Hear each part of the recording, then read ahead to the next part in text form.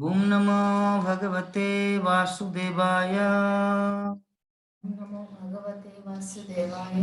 ओम नमो भगवते वासुदेवाय। ओम नमो भगवते वासुदेवाय। ओम नमो भगवते वासुदेवाय। नमो भगवते भगवते वासुदेवाय। नारायणं नमस्कृत्य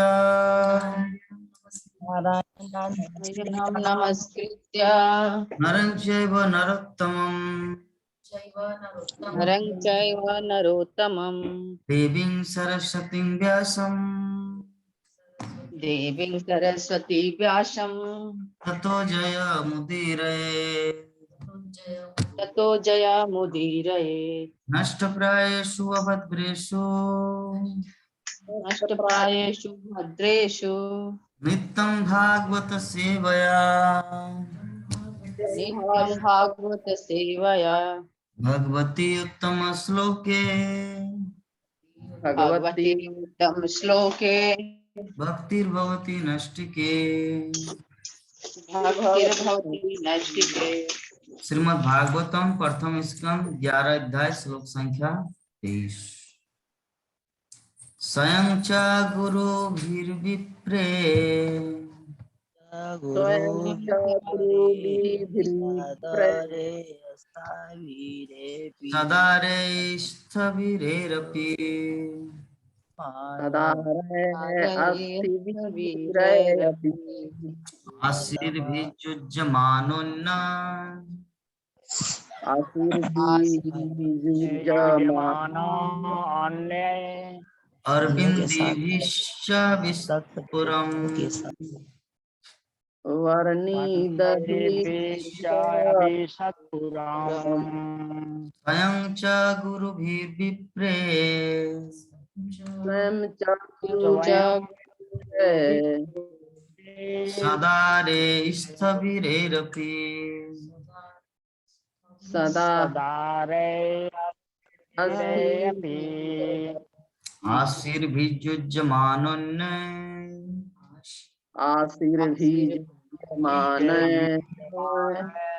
अरविन्देभिश्च विस्फुरम्।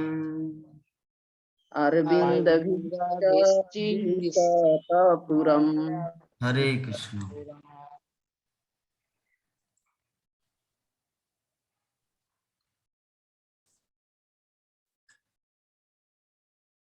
हरे कृष्ण प्रभु। स्वयं स्वयं च गुरुभिः विप्रे स्वयं च गुरुभिर्विप्रे Sabilepi सदारयिषीभिरेऽपि सदारेस्थविरेरपि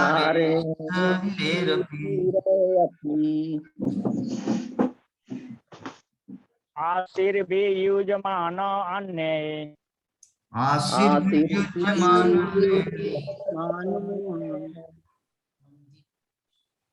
वन्देभिः च अभिसत्पुरम् अविन्दिभिश्च विसत्पुरम्।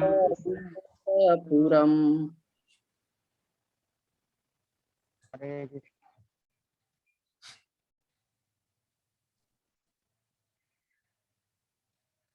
हरे कृष्ण। हाँ बोलिए। स्वयं च गुरुभिः विप्रे स्वयं च स्वयं गुरुभिः विप्रे सदारय अस्थविरेरपि सदारे सदारे अष्टभिरेऽपि आशीर्भिर्युज्यमानो आशीर्भिर्युज्यमानो अन्ये अरविन्दभिश्चाभिसत्पुरम्। अरविंद Ram हरे कृष्ण। हरे कृष्ण। स्वयं च स्वयं च स्वयं च गुरुभिः विप्रे Sajaguruvi Vipre अपि सदारे अस्तवीरैरपि आशीर्भिजयुमानो यय युजमानान्ये अरविन्दिभिः च विस्तपुरम् वन्दिभिश्चायविष्टपुरम्। हरे हरे कृष्ण। कृष्ण। अनुवाद और तात्पर्य पढ़िए। हरे कृष्ण। तब भगवान ने ज्येष्ठ वरिष्ठ संबंधियों तथा अपनी अपनी पत्नियों के साथ आए असक्त ब्राह्मणों के साथ नगर में प्रवेश किया। वे सब आशीर्वाद दे रहे थे और भगवान के जसों का गान कर रहे थे। दूसरे लोगों ने भी भगवान की महिमा की प्रशंसा की। तात्पर्य जय प्रभुपाद की। समाज में ब्राह्मण कभी भी भावी निवृत्त जीवन के लिए धन संग्रह करने के प्रति ध्यान नहीं देते थे। जब वे वृद्ध एवं आसक्त हो जाते थे तब वे अपनी पत्नियों से ही राज दरबार पहुंचते थे और केवल राजाओं के महिमा युक्त कार्यों की प्रशंसा करने से उन्हें जीवन की सारी आवश्यकताएं प्रदान की जाती थी। ऐसे ब्राह्मण राजा के चाटुकार नहीं होते, अपितु इससे राजाओं को वास्तव में जस मिलता था और इन ब्राह्मणों के समान युक्त कार्यों से वे राजा पुण्य कर्मों को सच्चे दिल से करने के लिए और प्रोत्साहित होते थे। भगवान श्री कृष्ण समस्त जसों के पात्र हैं और स्तुति करने वाले ब्राह्मण तथा अन्य लोग भगवान की महिमा का गान करने के कारण स्वयं धन्य हो गए। हरे कृष्ण। हरे कृष्ण। तो हम लोग डिस्कस करेंगे अभी श्लोक के ऊपर। तो चलिए, इस श्लोक ओवरव्यू देना है सभी भक्तगण। इस तरह ओवरव्यू देना है ताकि ये श्लोक को अच्छी तरह प्रेजेंट कर पाए, क्योंकि जिस तरह का ओवरव्यू होता है उसी तरह से क्लास होता है। आज करंट चला गया, अब तक था, अभी कुछ देर पहले चला। तो सबसे पहले कौन देंगे? हमारे नंद किशोरी माता जी, कम शब्दों में।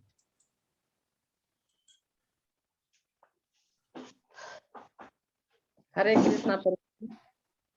सभी भक्तों के चरणों में दंडवत प्रणाम। प्रभु जी कल तो पढ़ाए थे, आप बताए थे 21 और 22 दोनों श्लोकों के बताए थे आप। तो प्रभु जी 21 श्लोक में यही था कि सर्वशक्तिमान भगवान जो थे, वो सभी सर्वशक्तिमान भगवान सभी लोग के साथ, मतलब जो भी इतना उपस्थित लोग वहां थे, तो वे लोग मतलब वहाँ नीच से नीच जाति वालों को भी अपना मतलब ये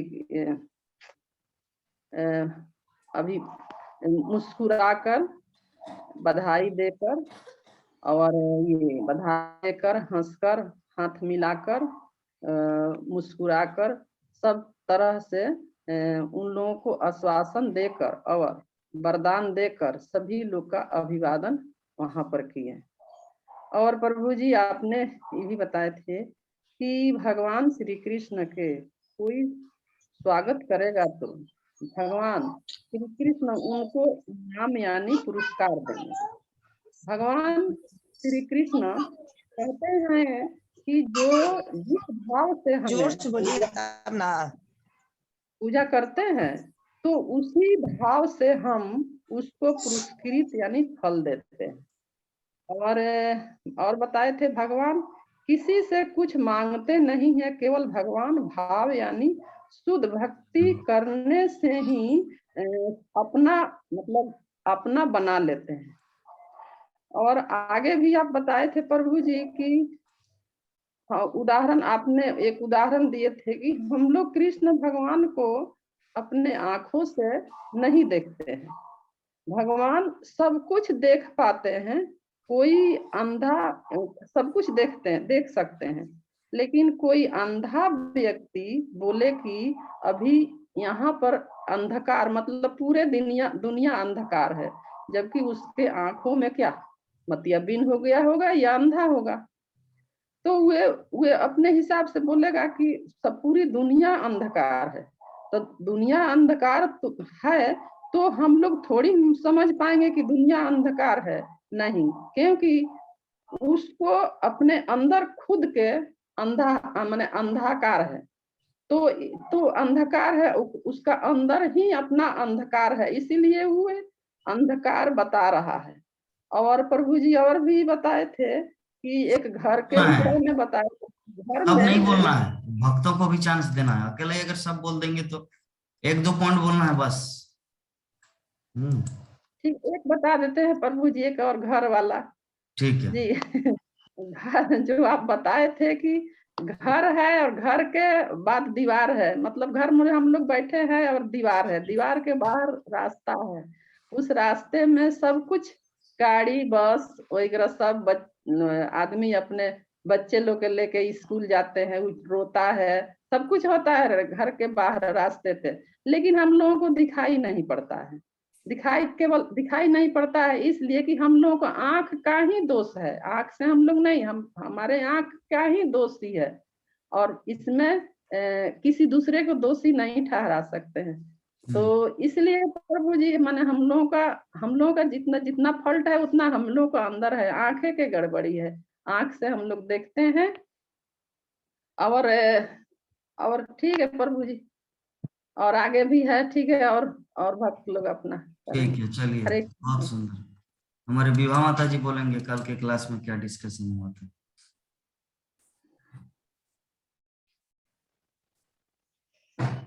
हरे कृष्णा, दंडवत सभी वैष्णव भक्तों को।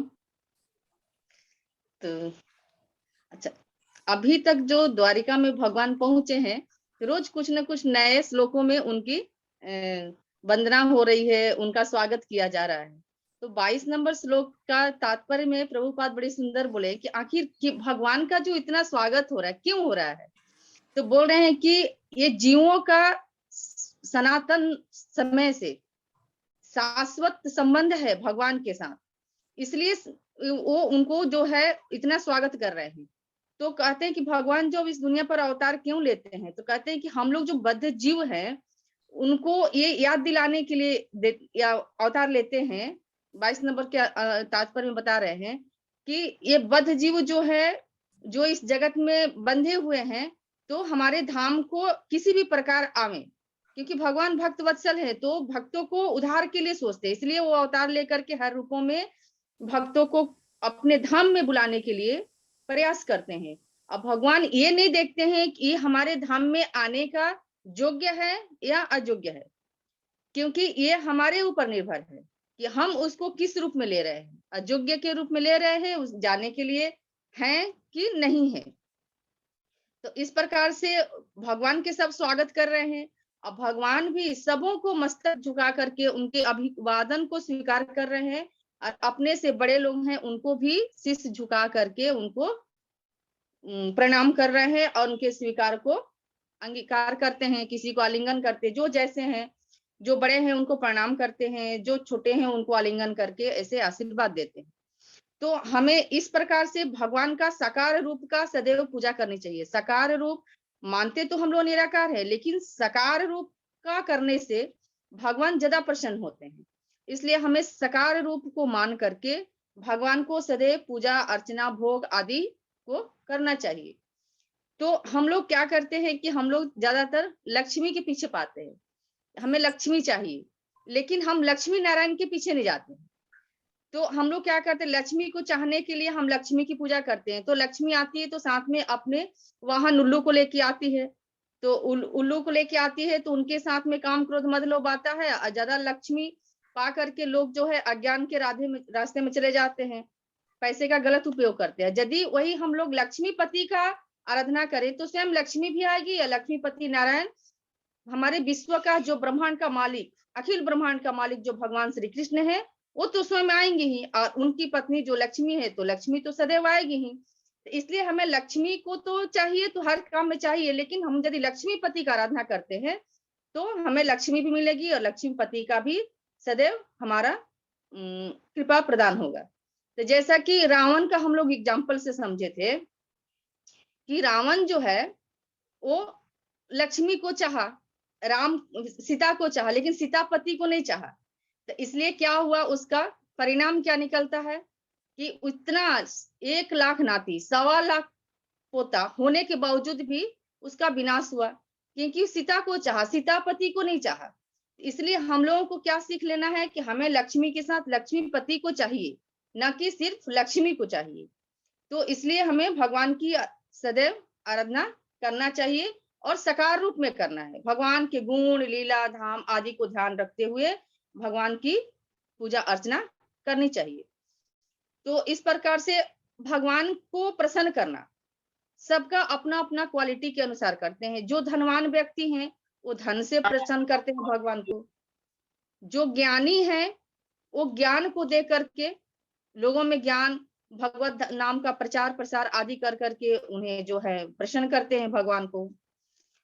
और जैसे कि बाकी भक्तों ने भी किया, जैसे अक्रूर जी ने भगवान की सेवा की, द्रौपदी ने की, हनुमान जी महाराज ने किए, प्रहलाद जी महाराज ने किए। तो इस प्रकार से हमें भी अपने आचार्यों से सीख लेना है, भक्तों से सीख लेना है, और उसी प्रकार से हमें जो है अपनी भगवान की आराधना पूजा को करनी है। और नहीं, जितने हम लोग भगवान से दूर रहेंगे तो माया देवी हमें घेरे रहेगी और हमें भगवान की प्राप्ति के लिए आगे हर एक छोटे छोटे रुकावटें डालते रहेगी और हम लोग भगवान की प्राप्ति के लिए पीछे हटते जाएंगे।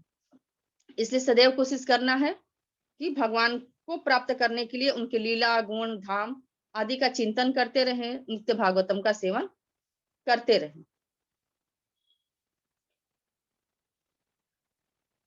हरे कृष्ण प्रभु जी। आपका भाई के साथ ही बात कर रहे थे, राकेश कुमार राय से। तो बोले कि अच्छा, प्रभु जी सरकारी खानदान से करोड़ों रुपया मिला है इस्कॉन बोकारो के लिए, तो अगर हम उधर थोड़ा ध्यान नहीं देंगे तो सब पुनः सरकारी खाता में पैसा चला जाएगा।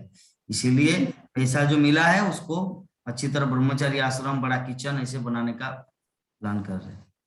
अभी बहुत डोनेशन मिल रहा है इस्कॉन का बनाने के लिए ना, बहुत जगह से डोनेशन आ रहे हैं, यहाँ पर सेल वाले लोग दे रहे हैं। चलिए ठीक है माता जी। चलिए अभी हमारे धर्मपालक प्रभु जी बताएंगे कल के क्लास में क्या डिस्कशन हुआ था। हरे कृष्ण। हरे कृष्ण। प्रभु जी कल के क्लास में यही डिस्कस हुआ था कि जो कोई व्यक्ति है अगर भगवान को एक निराकार वस्तु मानता है और भगवान को निष्क्रिय मानता है तो भगवान उनके साथ में कुछ ही अपना आदान प्रदान नहीं करते हैं। और जो कोई व्यक्ति अगर भगवान को साकार रूप में मानता है तो भगवान उनके साथ में हर चीज आदान प्रदान करते हैं। और यथा योग हमारी कितनी क्षमता है भगवान की सेवा करने का, वो हमको उतना करना चाहिए। जैसे कि द्रौपदी ने भगवान की यथा योग सेवा की, पांडवों ने किया, हनुमान जी ने किया, अर्जुन ने किया, जितना यथा योग था उतना वो भगवान की सेवा की। और भगवान नीच से नीच जाति को भी कैसे झुक करके प्रणाम करते हैं। हरे कृष्णा प्रभु। बहुत सुंदर। तो चलिए इसके बाद हमारे बीच में हमारे प्राण मोहन प्रभु जी बोलेंगे कल के क्लास में क्या डिस्कशन हुआ था। हरे कृष्ण। प्रभु जी म्यूट अनम्यूट करना क्यों भूल जाते हैं आप? बच्चे जैसा रोग क्यों है आपके प्रति? सब समय बच्चे जैसे मुझे पढ़ाना पड़ता है। आज श्लोक भी नहीं बोले आप। नहीं, श्लोक बोले हैं प्रभु जी? नहीं बोले हैं, आप अनम्यूट करके बोले हैं। आप बोले हैं, हम लोग को सुनाई नहीं दिया। ऐसे बोलने से होगा? ध्यान से करना है क्लास को। ठीक, बताइए क्या क्या चर्चा हुआ था कल की क्लास में? कल के क्लास में चर्चा हुई थी प्रभु जी कि परम पुरुषोत्तम भगवान श्री कृष्ण जो हैं वो निराकार नहीं है। कुछ लोग जो है उनको निराकार और निष्क्रिय मानते हैं, लेकिन वो निराकार नहीं है, निष्क्रिय भी नहीं है। और आप ये बताए थे प्रभु जी, दरवाजा बंद कर लीजिए, बहुत आवाज आ रहा है आपके बच्चों का। हमारे यहाँ तो कोई नहीं है प्रभु जी। आवाज तो उधर से ही आ रहा है, बाकी का सब तो म्यूट किया हुआ है। हमारे यहाँ कोई बच्चे नहीं। समझ गया समझ गया। ममता माता जी भूल किए थे। ममता माता जी भी कभी कभी केयरफुल नहीं हो पाते हैं। अब बताए थे प्रभु जी कि भगवान कृष्ण जो है, जो उनका वेलकम करते हैं, स्वागत करते हैं, वो उनका टेक केयर करते हैं, देखभाल करते हैं। और बताए थे प्रभु जी कि हमको जो आंख दिया है भगवान, उस आंख को एक सीमित दायरा दिया है, सीमित है। उस सीमा के अंदर ही हम उनको मतलब किसी चीज को देख सकते हैं, सीमा से बाहर हम नहीं देख सकते हैं। और भगवान को हम इन आंखों से नहीं देख सकेंगे, क्योंकि वैसा क्षमता हमारी आंखों में नहीं है। बहुत सुंदर, ठीक है प्रभु जी। इसके बाद हमारे बीच में हमारी गीता माता जी और ममता माता जी, कौन पहले बोलेंगे? ममता माता जी बोलेंगे, गीता माता जी बोलेंगे? पहले जज बोलता है या वकील बोलते हैं? कौन बनेगा वकील, कौन बनेंगे जज? आप दोनों सेलेक्ट कीजिए। पहले जज बोलता है, पहले जज बोलता है या वकील बोलते हैं? पहले वकील बोलते हैं प्रभु जी। तो वकील कौन बनेंगे?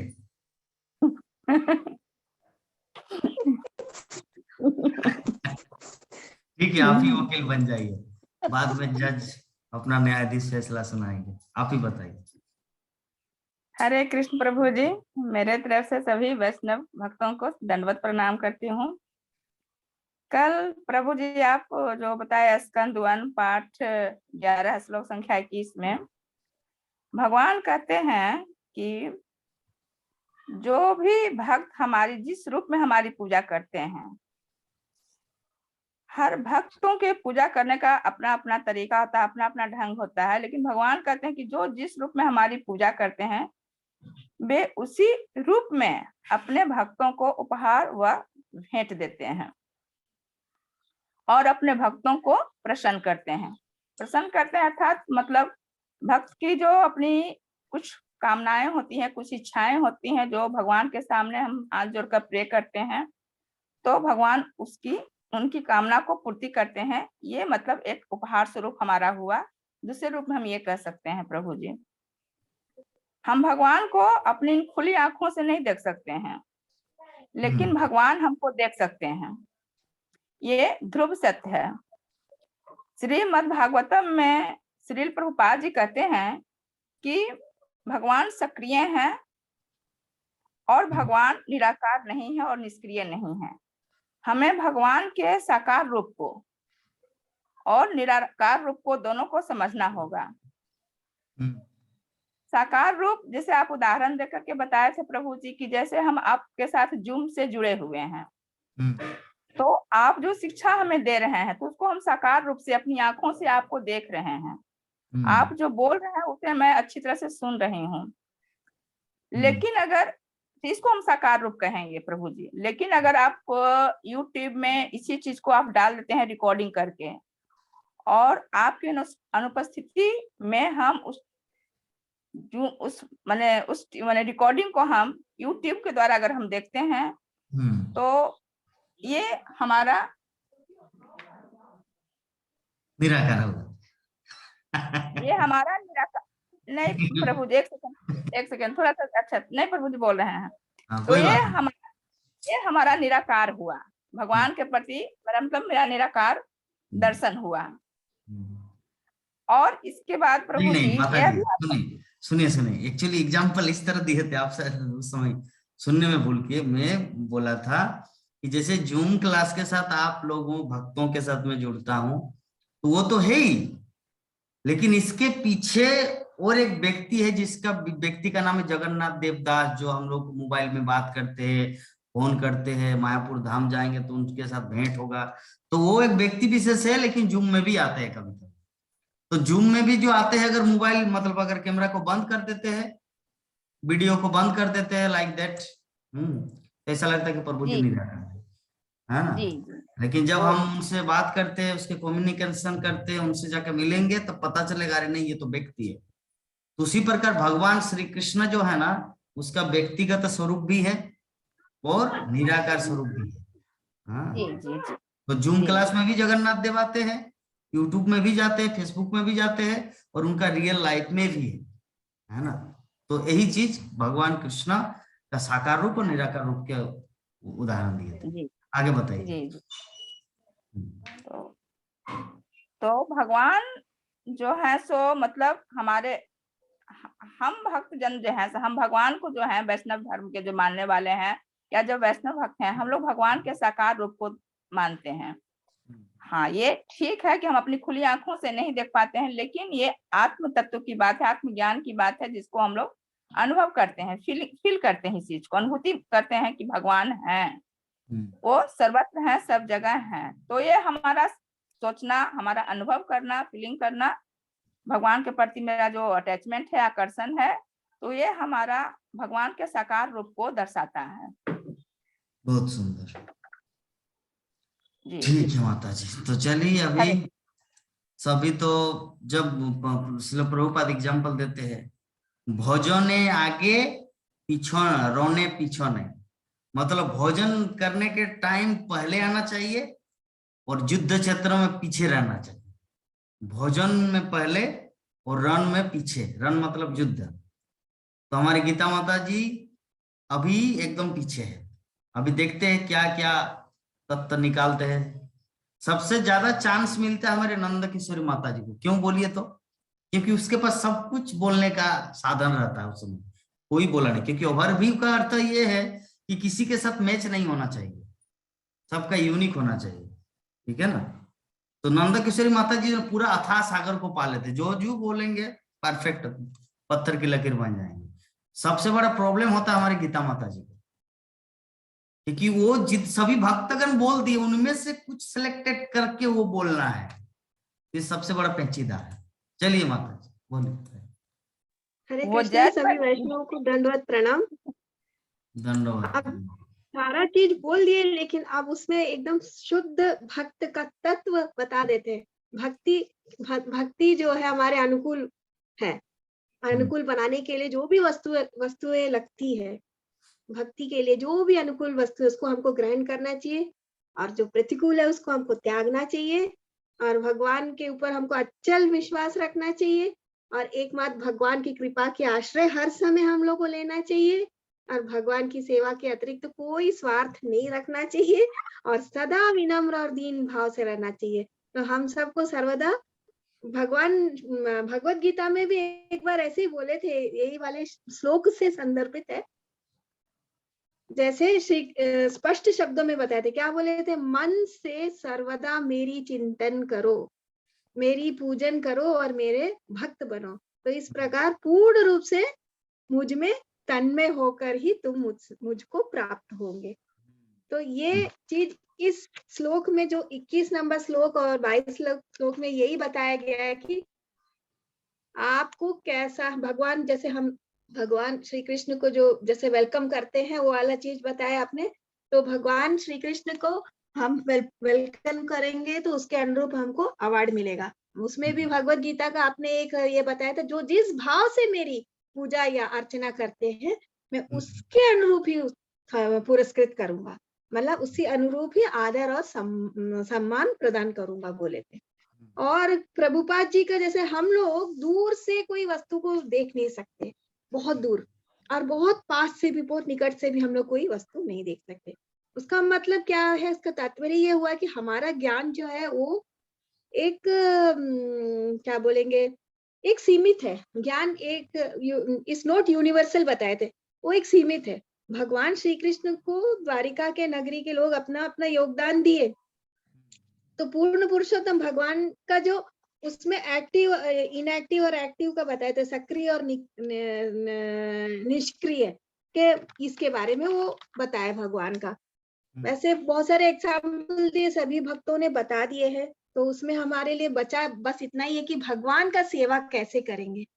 पहला 3 ये बताए थे आपने। पहला है कि भोग बना के खिलाना यथा योग्य हमको करना चाहिए भगवान के लिए, और भगवान के कपड़े को सुसज्जित करके रखना, ये, और भगवान के लिए भगवान को लाड़ प्यार करना। सभी भगवान की सेवा, जैसे द्रौपदी, अक्रूर, पांडव, हनुमान जी, अनुजन सब किए थे, उसी प्रकार हम लोग को भगवान की सेवा हर समय करना है। व्यक्ति के पास जो भी क्वालिटी है उस हिसाब से भगवान का सेवा करना चाहिए। हम अगर भगवान के प्रिय भक्त बनेंगे तो हमारा जीवन सफल होगा, है ना। हाँ, जैसे भगवान श्री कृष्ण स्वीकार करते, नीच से नीच लोगों को भी स्वीकार करते, उसमें कोई कैटेगरी नहीं है। तो कृष्ण जो अखिल ब्रह्मांड के अखिल विश्व ब्रह्मांड के मालिक है, उसके बावजूद भी वो सबको चाहते हैं, नीच से नीच लोगों को। लेकिन हम आपने बताया 70,000 का सैलरी मिल जाएगा, तो ऐसे लोग क्या करते हैं, वो अपने लेवल के लोगों से बात करते हैं, वो नीचे भिखारी ये लोग को कुछ ज्यादा ये नहीं केयर नहीं करते, तो वो अपना घमंड आ जाता है। जैसे पैसा हमारे हाथ में आता है तो हमको घमंड आ जाता है, वही तात्पर्य है उसमें बताने का। तो हम लोग को श्री कृष्ण जो है अखिल विश्व ब्रह्मांड के मालिक होते हुए भी उस सबको एक प्रकार से देखते हैं। हरे कृष्णा, यही तात्पर्य था। बहुत सुंदर माता जी। हरि बोल, हरि बोल। पूरा दिन इतना सारा ग्रंथ स्टडी करते हैं, उनका आंखें दुख जाता है, और क्लास के समय पूरा दिन भर बेचारी किताब पढ़ते प्रभुपाद, है ना। तो आप लोग एक चीज नोटिस किए, पार्थो प्रभु हमारा वीडियो क्यों किए थे, आप लोगों को पता है? मैं बता दे रहा हूँ। कौन सुनने के लिए लालाए थे? क्यों प्रभु जी? सुनाइए। अनामिका माता जी पनीर सब्जी बनाए थे, तो ही प्रभु जी ऑफिस में बैठ बैठ के खा रहे थे। अगर वीडियो ऑन रहेगा तब तो सबको खिलाना पड़ेगा, पार्सल करके भेजना पड़ेगा। इस कारण से प्रभु जी वीडियो ऑफ करके खा रहे थे। नहीं प्रभु जी, हम काम कर रहे इसलिए हम थोड़ा सा बंद किया। आप जो भी बहाना करें, मुझे पता चल गया, आपका बोतल का पानी पीना से ही मुझे पता चल गया। नहीं प्रभु जी, ऐसी बात नहीं है, ऑफिस में है ना। चलिए ठीक है। तो हमारे धर्मपालक प्रभु जी, आपको क्लास कैसा लग रहा है प्रभु जी? थोड़ा फीडबैक दीजिए, फिर हम लोग क्लास को स्टार्ट करते हैं। बताने की कृपा करें। प्रभु जी क्या अभी बोल तो बोल दिया, अब क्या बोलूं? क्योंकि ये जितने सारे भक्तगण हैं 1-1.5 साल से जुड़े हुए हैं। आप तो भक्ति जीवन में बहुत दिन से है, लेकिन हमारे इस ग्रुप में आप ये जस्ट कुछ ही दिन के अंदर आए हैं, लेकिन फिर भी आप रेगुलर ज्वाइन करते हैं, इसीलिए आपको बहुत बहुत धन्यवाद। तो मैं थोड़ा आपसे फीडबैक जानना चाहता हूँ। Are you happy? आप खुश है, संतुष्ट है? यस प्रभु, यस प्रभु। चलिए, आपका मस्तक मुंडन से बहुत सुंदर लग रहा है प्रभु जी, एकदम नित्यानंद प्रभु की तरह दिख रहे हैं आप।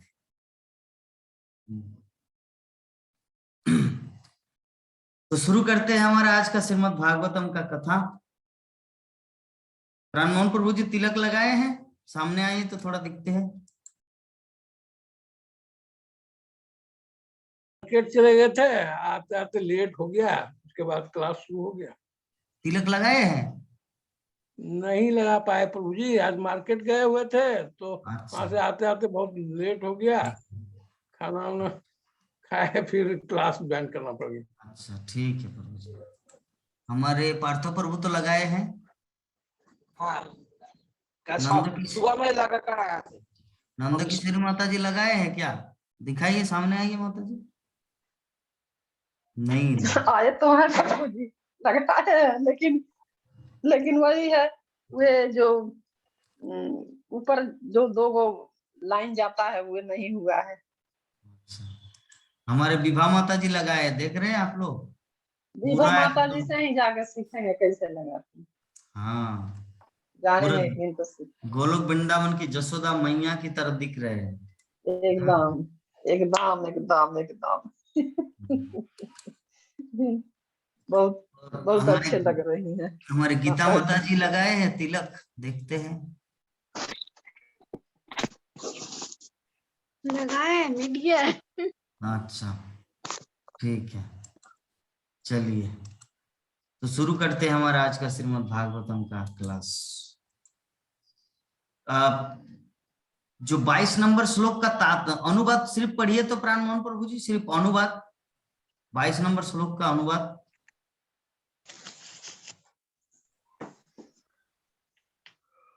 ये बाबा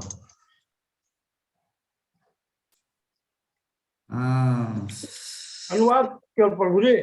ओनली अनुवाद। सर्वशक्तिमान श्री भगवान ने वहां पर समुपस्थित लोगों को, यहाँ तक कि नीच से नीच जाति वालों को भी अपना मस्तक झुकाकर, बधाई देकर, आलिंगन करके, हाथ मिलाकर, देखकर तथा हंसकर, आश्वासन देकर तथा वरदान देकर उनका अभिवादन किया। वाह। तो हम लोग कल इसी श्लोक के ऊपर डिस्कस किए थे, ये और ये पिछले वाला 21 नंबर श्लोक, कि भगवान नीच से भी नीच जाति के लोगों को भी प्रणाम किया, उनको अभिवादन किया, उनको आशीर्वाद दिया। और आज के श्लोक में हमारा यहाँ पर वर्णन किया गया है,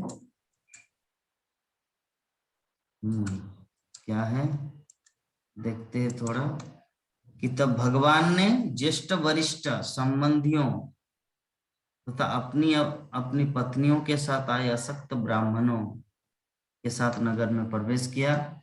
वे सब आशीर्वाद दे रहे थे और भगवान के यशों का गान कर रहे थे। तो दूसरे लोगों ने भी भगवान की महिमा की प्रशंसा की। तो ये है आज का हमारा श्लोक। तो वहां के उपस्थित जितने सारे ब्राह्मण, मतलब द्वारका में जितने सारे ब्राह्मण थे वो भी सभी आए और आके भगवान को अभिवादन किया। सभी अपने अपने क्वालिटी, अपने अपने कैपेसिटी के द्वारा भगवान की यश का कीर्तन किया, क्योंकि यहाँ पे वर्णन किया गया कि भगवान के यश का गुणगान किया। तो भगवान के यश का गुणगान करना, तो ये हम सबको भी अपने जीवन में इसे उतारना है। जैसे मान लीजिए ममता माता जी रांची जाते हैं हर सप्ताह में, तो वहां पर कोई व्यक्ति मिल गया, तो अभी उनके साथ क्या बात करेंगे? अरे कल ना मैं सास बहू की सीरियल देख रही थी, तो उसमें जो पुलिस इंस्पेक्टर आके उसको पकड़ लिया। क्या आप ऐसा बात करेंगे? या भगवान की जो कथा सुनते वो बोलेंगे? क्या बताएंगे?